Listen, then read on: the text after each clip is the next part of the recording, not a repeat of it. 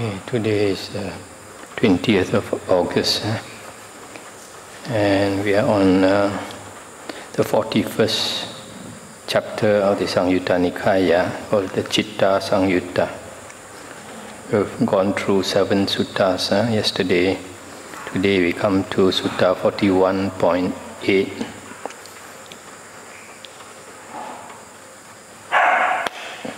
Now on that occasion, Niganta Nataputta had arrived at Machikasanda, together with a large retinue of Nigantas.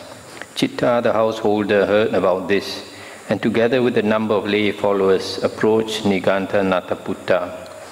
He exchanged greetings with Niganta Nataputta, and when they had concluded their greetings and cordial talk, sat down to one side. Stop here for a moment. These Nigantas, they are these ascetics, also known as Jains, and they are naked ascetics. Just that they take, they have a small cloth to cover their private part. Other than that, they are naked, and they are extreme vegetarians. In fact, they are vegans. Anything to do with animals they won't eat or drink, like milk also they don't take. And even vegetables, if the vegetable or leaf is green, so they consider to have life, so they won't take. Only when the leaf has turned brownish, then only they take. I mention this because my friend's father-in-law was a doctor in India in his younger days, and he was called to a house to see an old lady who was suffering from malnutrition. But this family was rich, so then he realized that they follow the Nigantas, the Jains, so they are extreme vegetarian practice. Niganta Nataputta then said to him, "Householder, do you have faith in the ascetic Gotama when he says, there is concentration without thought directed and sustained. There is cessation of thought directed and sustained." And Citta said, in this matter, Venerable Sir, I do not go by faith in the Blessed One when he says, there is a concentration without thought directed and sustained. There is a cessation of thought directed and sustained. When this was said, Niganta Nataputta looked up proudly towards his own retinue and said, "See this, sirs, how straightforward is this Citta, the householder, how honest and open. One who thinks that thought directed and sustained can be stopped might imagine he could catch the wind in a net or arrest the current of the river Ganges with his own fist." Stop here for a moment. This one, the Buddha taught that in the first jhana, you have one of the 5 jhana factors is vitaka and vichara, thought directed and sustained. But when you enter the second jhana, this thought directed and sustained stops. This second jhana is also called the state of the Aryan silence. And the mind stops talking because there's no thought at all. The mind is so concentrated that no thought can arise. So this Niganta must have heard about this, but he didn't believe because he doesn't have the skill in meditation, hasn't attained the second jhana. So he asked this Citta, and Citta says he doesn't believe, doesn't go by faith in what the Buddha says concerning this. So this Niganta thought that this Citta sided with him. So he praised this Citta. And then Citta asked him, "What do you think, Venerable Sir? Which is superior, knowledge or faith?"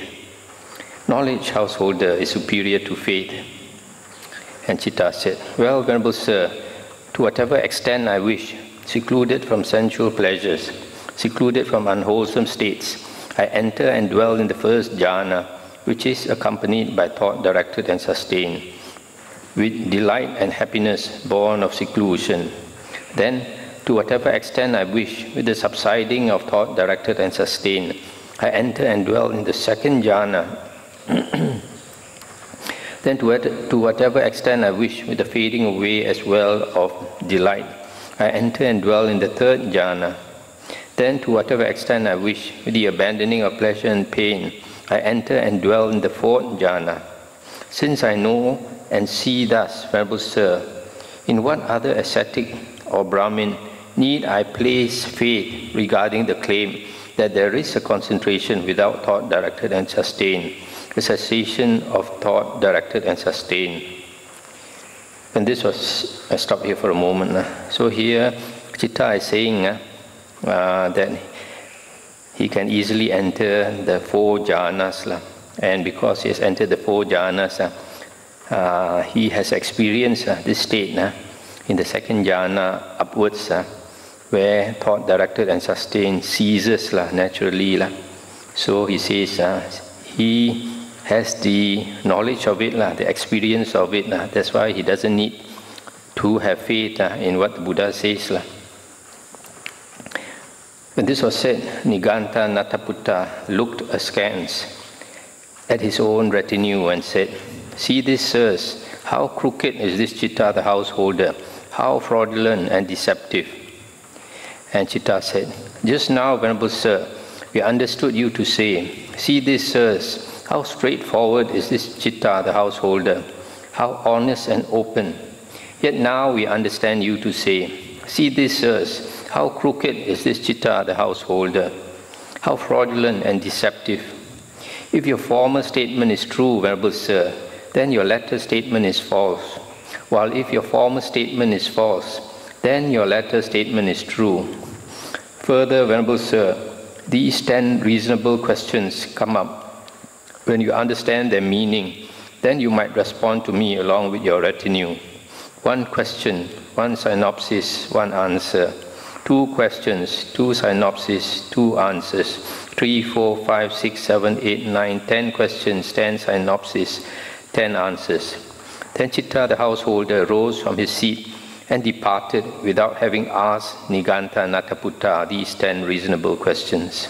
It's the end of the sutta. So when Citta said that he has that experience of that concentration without thought directed and sustained, then this Niganta Nataputta, he got angry. He said, "This fellow is a crooked fellow." Then Citta told him, normally when the Buddha taught his disciples, if they meet this type of external ascetics who like to argue, and then you ask them these 10 things. 1 question, 1 synopsis, 1 answer, and then 2 and 3 up to 10, and they won't be able to answer. But this Citta, I just mentioned this, but the Citta knows that this Niganta won't be able to answer. So without asking, he just left. This Niganta Nataputta, his other name is Mahavira, I think. He's the leader, the founder of this Niganta sect. And he's one of the 6 famous external sect leaders at the time of the Buddha. And all of these 6, they don't teach the correct Dhamma. But they are famous still. They have a lot of followers. In this world, a lot of people don't have much wisdom because of being covered by the 5 hindrances. So a lot of people cannot see clearly what is right Dhamma, what is wrong Dhamma. 41.9. Now on that occasion, the naked ascetic Kassapa, who in lay life had been an old friend of Citta the householder, had arrived in Machikasanda. Citta the householder heard about this and approached the naked ascetic Kassapa. He exchanged greetings with him, and when they had concluded the greetings and cordial talk, he sat down to one side and said to him, "How long has it been, Venerable Kassapa, since you went forth?" "It has been 30 years, householder, since I went forth." "In these 30 years, Venerable Sir, have you attained any superhuman distinction in knowledge and vision, worthy of the noble ones, the Aryans, any dwelling in comfort?" And he said, "In these 30 years since I went forth, householder, I have not attained any superhuman distinction in knowledge and vision worthy of the noble ones, no dwelling in comfort, but only nakedness and the shaven head and the brush for cleaning my seat." Stop here for a moment. So this Kassapa is an old friend of Citta, and he has renounced for 30 years as a naked ascetic, and now he came back to Machikasanda, and he acknowledged that he did not attain any Aryan stage, any supernormal state, but he only had this nakedness, the shaven head, the bald head, and the brush for cleaning the seat. What is this brush for cleaning the seat? Because he goes around naked, so every time he wants to sit on the ground, these ascetics, when they go to the forest, they go anywhere, they have to sit on the ground. So when he sits on the ground, his backside is exposed, the pebbles and the stones will prick his backside. So he has to use the brush to clean away all the big stones, so that he can sit without being poked by all the stones.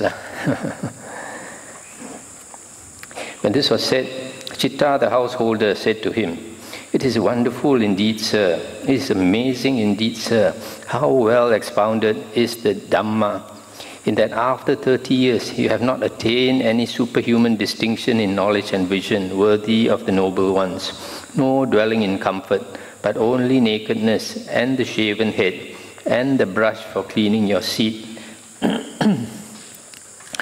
So Citta was surprised that the Buddha's Dhamma Vinaya is so good, and that a person can attain these Aryan states. But this naked ascetic, after suffering for 30 years as a naked ascetic, and still had attained nothing. And then Kassapa asked him, "But householder, how long has it been since you became a lay follower?" That means a lay follower of the Buddha. "In my case too, Venerable Sir, it has been 30 years. In these 30 years, householder, have you attained any superhuman distinction in knowledge and vision worthy of the noble ones, any dwelling in comfort?" And Citta said, "How could I not, Venerable Sir? For to whatever extent I wish, secluded from sensual pleasures, secluded from unwholesome states, I enter and dwell in the first jhana, which is accompanied by thought directed and sustained, with delight and happiness born of seclusion.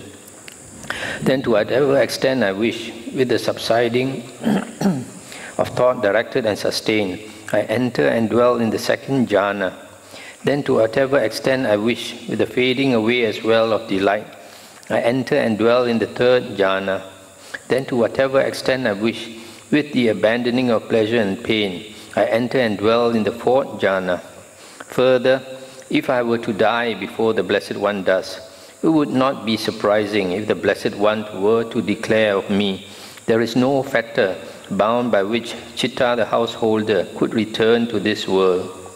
When this was said, I stop here for a moment. So Citta is saying that he can attain the 4 jhanas, which are considered superhuman states, supernormal, Uttari Manusa Dhamma, super normal states, which a normal person cannot attain.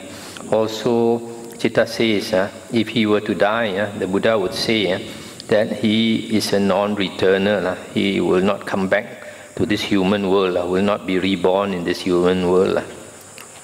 When this was said, the naked ascetic Kassapa said to Citta, the householder, "It is wonderful indeed, sir. It is amazing indeed, sir, how well expounded is the Dhamma, in that a layman clothed in white can attain a superhuman distinction in knowledge and vision worthy of the noble ones, a dwelling in comfort. May I receive the going forth in this Dhamma Vinaya. May I receive the higher ordination." So he is so impressed that Kassapa, even as a layman enjoying the family life, can attain such high states